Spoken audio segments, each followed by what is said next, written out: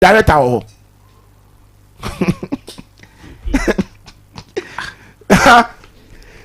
These are the issues and call the be company no. Call the beji. So ministry na anya fast and katete beji a contomer rice factory say any dia into kaya. You see where some rice.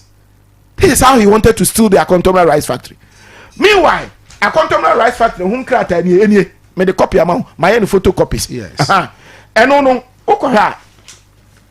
A contomer rice factory sika ye nyina wa ha.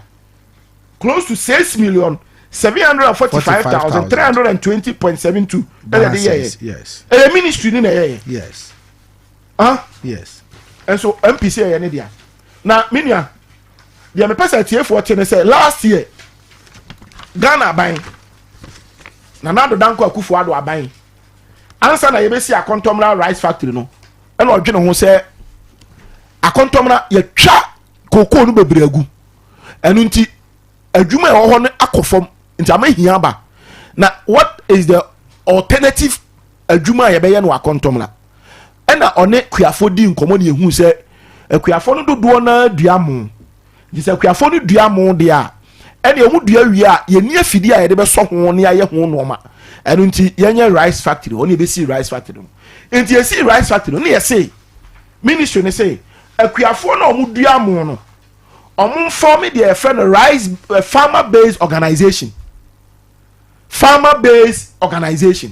Eti we have document na me de ama wona e kire ho no or say existing FBOs linked to the Sevilla Contomera 1D1F common user facility. Abrone here rice growers. What I say? Abrone here rice growers. Equiapim Rice Growers Association. Abraham, Ayisen Krom, Kofi Krom, Aka Krom, Segab, Bopa, and Idaswa Rice and Maize Growers. Sampa, Kojobi Krom. Where is Sampa or Sampa? Sampa. Okay. Sampa. Okay. Sampa you kure wa kontomra. Sampa. Enti sam akuafo we. Eno omudi na hihye wa mrenti. Na Kojobi River. Kojobi Kojobi Rice Farmers Association. Enti ya say wo omudua mo wa kontomra mensi mu nyina no.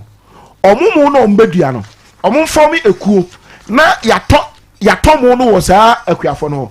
Na ye wi a contomra rice factory no ye benya board. Enti we na 1D1F. 1D1F. The rice factory. The rice factory. 1D1F. 1D1F. Next year, another page, you know, say board and management of their contomera 1D1F. Yes. Common user facility. Yes. Now board on composition here. You.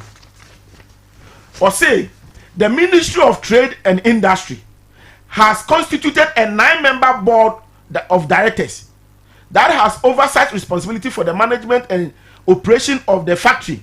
It has the following representative. Should I say a contomera your board on Mehesu?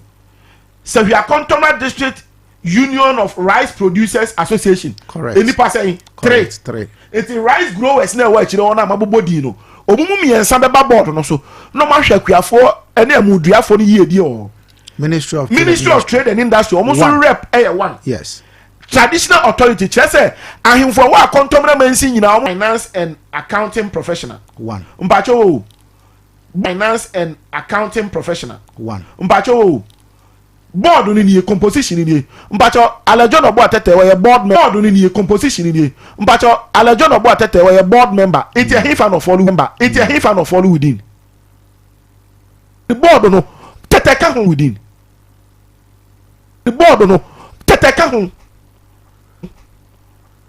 Eti compose equipment of us over that board so ko onuamu na oduamu pa Rice Growers Association na wa chire ha na ebobodi no onka ho enti kwan be na teteko that board no so say we a board member of a contemporary rice factory because board no 3 rice farmers association yes and one person Ministry of Trade and Industry and a traditional authority yes tete wonye ohene and wonye finance expert and wonye agribusiness expert.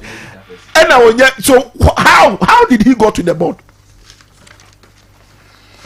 Now anya no hear me no atiefo last year Omampeni na Nado Danko Akufo-Addo aban no edi sika ye 3 million Ghana cedis by say you find operationalize your Akontomra rice factory no so say you find money ma company ni nya adwuma enti board no kinkan say we Akontomra district rice factory rice company limited the branch manager GCBG Consolidated Bank of Ghana. Yeah. Say we assign so.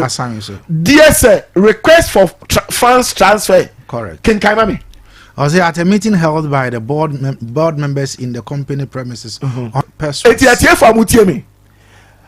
Sa sika 3 million Ghana cedis na de buy no. Board no. Owura alejo no bo teke ka ho. Akontomra hene na na kwabana bi na na what my main kind okay. Or say 1,776,424 Ghana cedis, 55 pesos be transferred from the board's account to the account number no ASANTE branch to the private operators account and also account no operations.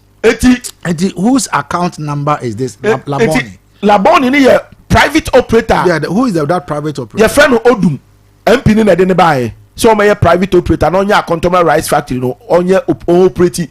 And a board na ko yi sika na buy 17 billion. Out of the 30 billion, ye 17 billion the amount private operator and so on family no manage Akontomra rice factory no. Me no ka say company ni ya close it down. 17 billion no my. We DC 2 months. Ya ka 54 billion back. Ya ka 30 billion back. Ya yi 17 billion in the name of no. Anka emuna o sanka ye beton wa Akontomra no. Masa bi e kwa chire ho. Emunu ye nton wa Akontomra o. Pieces of vegetable ne dey invoice you ho. O say omu koto omu no yendi. Yes. Emuna na nke o say ton rice growers na wa Akontomra no na ye feeding rice factory no. Ye koto emunu yendi. Enti paddy rice farm producers of vegetables, rice, yam, maize, cassava, beans, livestock, poultry farm produce. Yeah. Outgrowers and suppliers of farm inputs. Yeah. Quantity anyhow. Description paddy rice. Yes. Per ton. Yes. With 12.5% industrial content level. Industrial content level. Yeah. Transportation of paddy rice. Into transportation of paddy rice, Mr. Otobo almost omo nkwa a we be here feeding rice factory no. 1,012,600. Omo 6,100 units. Yeah. And say 1,012,600 Ghana cedis. And omo transportation no paddy rice no car ko omo de twen mo ne ba Akontomra 1,000 na 166. Into sika no 1.66 billion. Yes. And these are the managers of Akontomra rice factory. This is but there is some 6,000